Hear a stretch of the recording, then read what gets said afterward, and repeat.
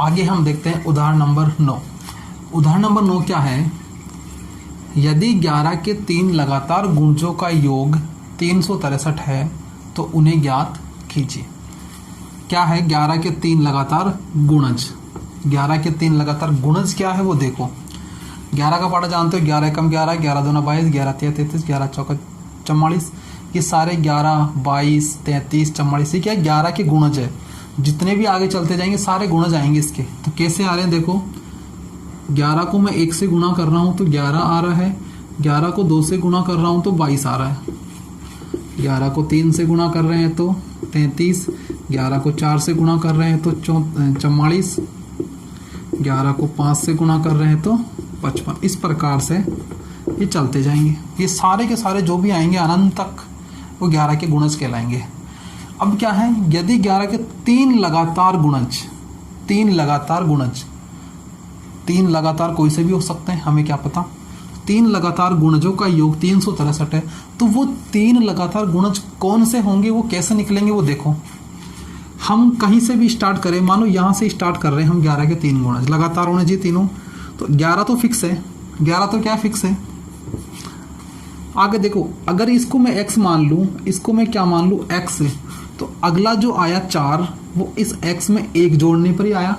तो यहाँ पर जब x है तो यहाँ पे कितना आएगा x+1, 4 के बाद फिर 1 जोड़ देंगे हम, तो यानी x+1 में 1 और जोड़ देंगे तो x+2 हो जाएगा। इस प्रकार हमें ये प्राप्त होंगे। तो अगर हम बात करें इसका क्या हो जाएगा, 11 गुणा x, 11 गुणा x+1, 11 गुणा x+2। कहीं से भी हम स्टार्ट करते हैं तो हमारे क्या हो जाएंगे, ये 3 गुणज हमें प्राप्त होंगे। कौन कौन से, पहला तो हम क्या बोलेंगे, 11 को x से गुणा करा तो 11x, अगला क्या होगा 11 गुणा x+1, अगला 11 गुणा x+2। ठीक है, अब देखो अगर हम x की जगह कुछ भी रखें, कहीं से भी स्टार्ट करो, जैसे 5 से स्टार्ट कर रहे हैं हम, 5 रख रहे हैं इसमें, तो 11 5 55, फिर क्या करेंगे यहाँ 5 + 1 6, 11 को 6 से करेंगे तो 66, फिर क्या करेंगे 5 + 2 कितना हो जाएगा 7, और 11 77। क्रम से आ रहे हैं तीनों, तो हमें पता नहीं था इसलिए हम क्या मानेंगे, 11 के 3 गुणज ये मानेंगे। तो हम क्या लिखते हैं, माना 11 के 3 लगातार गुणज कौन कौन से हैं, 11x पहला, दूसरा क्या है 11 गुणा x+1, तीसरा क्या है 11 गुणा x+2। किस प्रकार आए मैं एक बार बता दिया, इस प्रकार से हम निकाल सकते हैं। आगे देखो क्या बोल रहा है वो,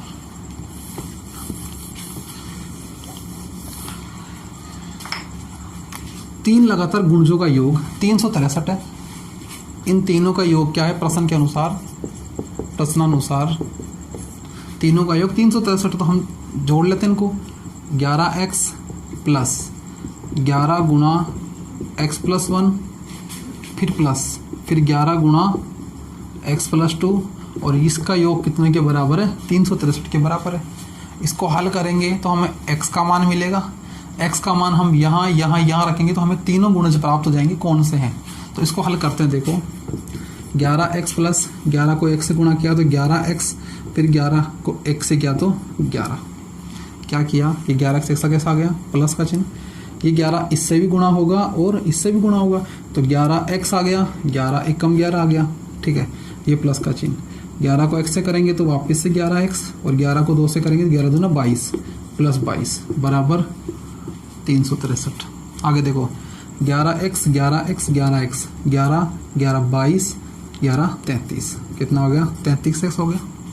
आगे देखो प्लस 22 और 11, ये भी कितना हो गया 33 बराबर 363।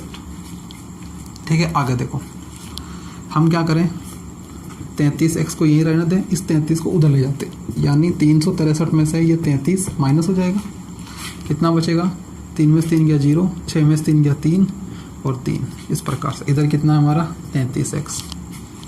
आगे देखो x चाहिए हमें, 33 के बट्टे में चल जाएगा, बटा 33।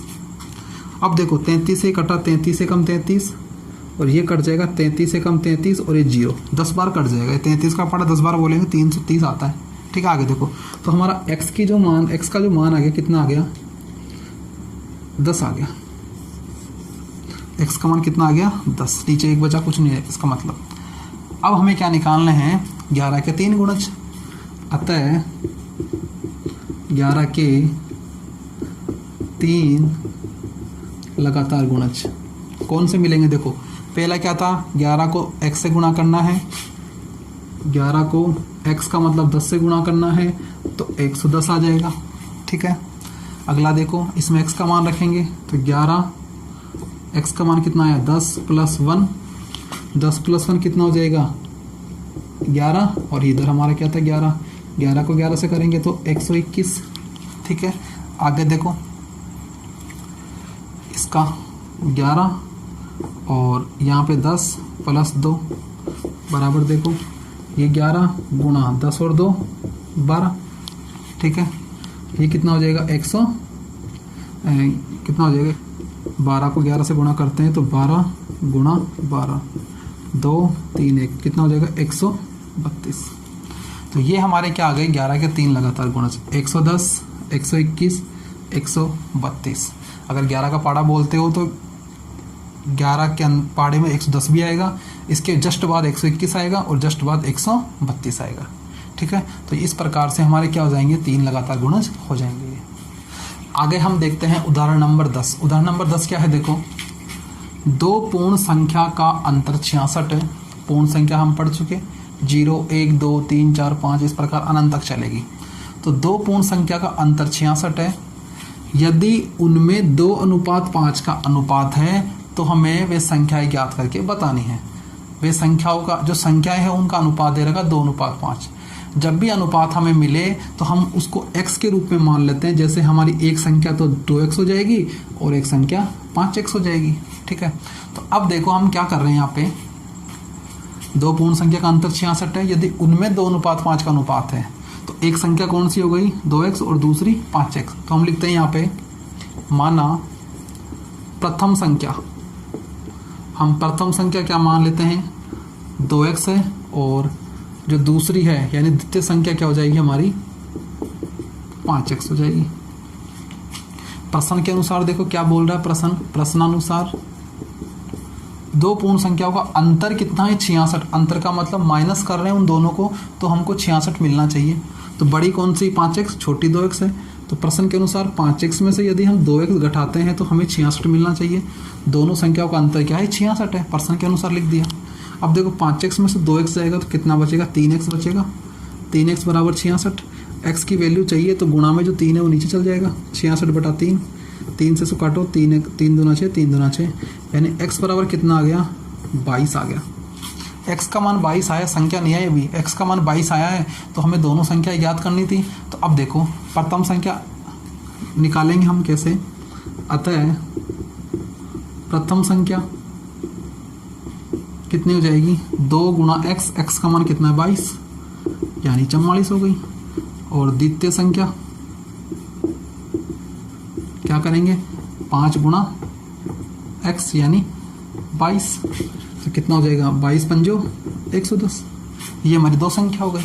अगर हमें हमारे उत्तर की जांच करनी है तो हम क्या करेंगे, देखो यहाँ पे क्या बोला था, दो पूर्ण संख्याओं का अंतर 66 है। हम दोनों पूर्ण संख्या निकाल ले, इनका अंतर करके देखते हैं।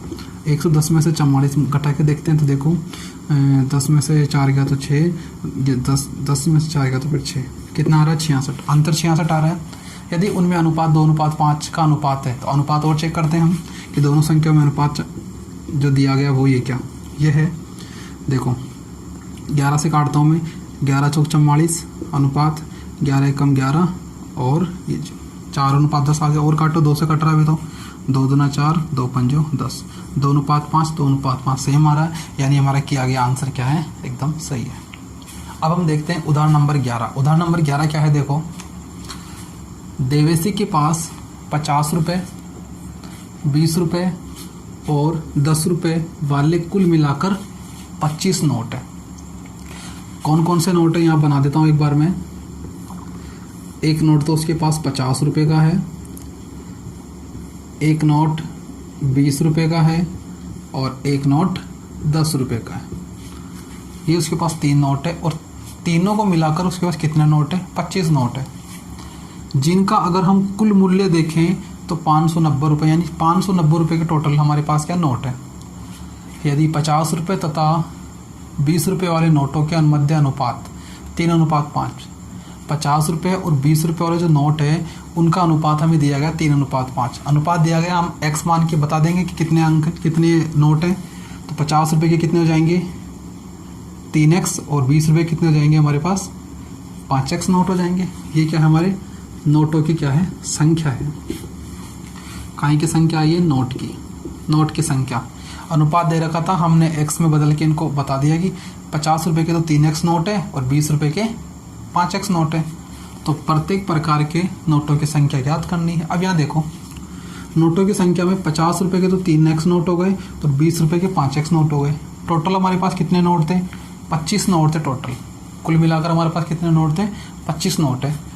तो 3x ये हो गए, 5x ये हो गए, टोटल कितने हो गए? 5 और 3 8x नोट हो गए। टोटल कितने थे? 25। 25 में से यदि 8 घट जाएंगे तो हमारे पास ये बच जाएंगे, इनकी नोटों की संख्या आ जाएगी। यानी 25 में से क्या घटाना है? इन दोनों को जोड़ के 8x घटाना है। 25 माइनस 8x इसके योग हो गई, इसके नोटों की संख्या आ गई। आगे देखो, अगर हमें इनका मूल्य निकालना हो, जैसे हम सिक्के वाले क्वेश्चन में निकाले थे, उसी प्रकार से इनका मूल्य हो जाएगा। मूल्य चाहिए तो इसको इससे गुणा करना है, यानी 50 गुणा 3x, तो 50 रुपये वाले नोटों का मूल्य हो जाएगा 5 3 15, 150x हो जाएगा। इसका मूल्य चाहिए तो 20 को 5 से गुणा करो, 5x से, तो 20 5 100x हो जाएगा। और इससे गुणा करना है तो 10 और 25 माइनस 8x, यानी 250 माइनस 80x। ये इन नोटों का मूल्य हो गया, ये और ये। तो अब बोल रहा क्या था वो, जिनका मूल्य 590 रुपये बनता। अगर इन तीनों को जोड़ देता हूँ तो इनका योग 590 के बराबर आ जाएगा। तो अब हम पहले इसको क्वेश्चन में इसका उत्तर किस प्रकार लिखेंगे वो देखते हैं। यहाँ पे इसका उत्तर देखो, 50 रुपये वाले नोट की संख्या कितनी हो जाएगी हमारे पास? 3x। इसी प्रकार से 20 रुपये वाले नोट की संख्या कितनी हो जाएगी? 5x। और इसी प्रकार से 10 रुपये वाले नोट की संख्या कितनी हो जाएगी? 25 माइनस 8x। किस प्रकार से आई मैं बता चुका। आगे देखो, अब 50 रुपये वाले नोट का मूल्य कितना हो जाएगा? 50 रुपये वाले जो नोट थे हमारे पास, नोटों का मूल्य कितना हो जाएगा? 150x। कैसे हुआ ये? कैसे हुआ? इस 50 को इससे गुणा करना, यानी 50 गुणा 3x बराबर कितना हो जाएगा हमारा? 150x रुपये। ये रुपये है। इसी प्रकार से 20 रुपये वाले नोटों का मूल्य कितना हो जाएगा? 20 को हम 5 से गुणा करेंगे, 20 गुणा 5x से गुणा करेंगे तो 100x रुपये आ जाएगा। और इसी प्रकार से 10 रुपये वाले नोटों का मूल्य 10 गुणा कितना? 25 माइनस 8x, यानी कितना आ जाएगा? 25 को 10 से करेंगे तो 250 माइनस 8 दाई का 80x रुपये। ये हमारे पास क्या आ गया? इसको मैं इस प्रकार से लिख लिया। अब इसको मिटा देता हूँ मैं, इसको हमने समझ के लिख लिया तो इसको हटा देता हूँ। अब आगे देखो, प्रश्न के अनुसार यहाँ लिख देता हूँ मैं। प्रश्नानुसार क्या बोला था? इनका मूल्य कितना है? 590। यदि हम सभी मूल्यों को जोड़ दें, 150x, 100x और 250 माइनस 6, तो हमें कितना मिलेगा? 590। तो प्रश्न के अनुसार देखो, 150x plus 100x plus 250 minus 80x किसके बराबर हो? 590। आगे क्या करना है? 150x 100x, ठीक है, कितना हो गया? 250x, और x ये रहा माइनस का 80x, तो इसमें से 80x घट जाएगा, और प्लस 250 ऐसा कैसा आ जाएगा? अरे 590 इधर बराबर चल रहा है। क्या किया? 150 और 100 कितना हो गया? 250x हो गया। अब माइनस का 80x, इसमें से माइनस का 80x घट जाएगा, और 250 ऐसा कैसा, और 590 आ गया। 250 में से 80 जाएगा तो 0, 15 में से 8 गए तो 7 और 170 क्या बचेगा x। 250 x में से क्या जाएगा 80 x जाएगा तो हमारा 170 x बचेगा, प्लस 250 बराबर कितना आ जाएगा 590। देखो आगे 170 x बराबर इस 250 को उधर ले जाऊँ मैं तो 590 माइनस 250 हो जाएगा। तो 590 में 250 जाएगा तो क्या बचेगा 0, 4 और 340 बचेगा। इधर 170x है, ठीक है। हमें x का मान निकालना तो 170 को इसके नीचे ले जाऊंगा तो 340 बटा 170, 0 से 0, 17 एकम 17, 17 दूना 34, यानी x का मान कितना आ जाएगा 2। x का मान कितना आ गया 2 आ गया। हमें क्या पूछ रहा था, प्रत्येक प्रकार के नोटों की संख्या ज्ञात करनी है। तो हमारे नोटों की संख्या देखो ये रही 50 रुपये वाले नोटों की संख्या। अतः हम लिखेंगे इसके जस्ट बाद लिखना है ये, ठीक है। अतः 50 रुपये वाले नोट कितने हो जाएंगे हमारे पास 3 गुणा x का मान कितना आया 2, यानी 6 हो जाएंगे। 20 रुपये वाले नोट, 20 रुपये वाले नोट कितने हो जाएंगे 5 गुणा x, यानी 5 गुणा 2 बराबर 10 हो जाएंगे। और 10 रुपये वाले नोट कितने हो जाएंगे 10 रुपये वाले नोट 25 माइनस 8 गुणा x का मतलब 2, ठीक है। तो 25 में से 8 दूनी 16, 25 में से क्या जाएगा 8 दूनी 16, कितना बचेगा 9 नोट, ठीक है। तो इसका ये मैंने यहाँ लिख दिया 25 में 16 गए तो 9 नोट इसके बच जाएंगे। तो इस प्रकार से हमारे नोट कौन कौन से आ जाएंगे 6, 10 और 9। टोटल मिला के 25 नोट थे तो जोड़ के देख लो 10 और 6 16 और 9 25 नोट हो रहे हैं हमारे इस प्रकार से। तो ये हमारा क्या हो जाएगा आंसर हो जाएगा।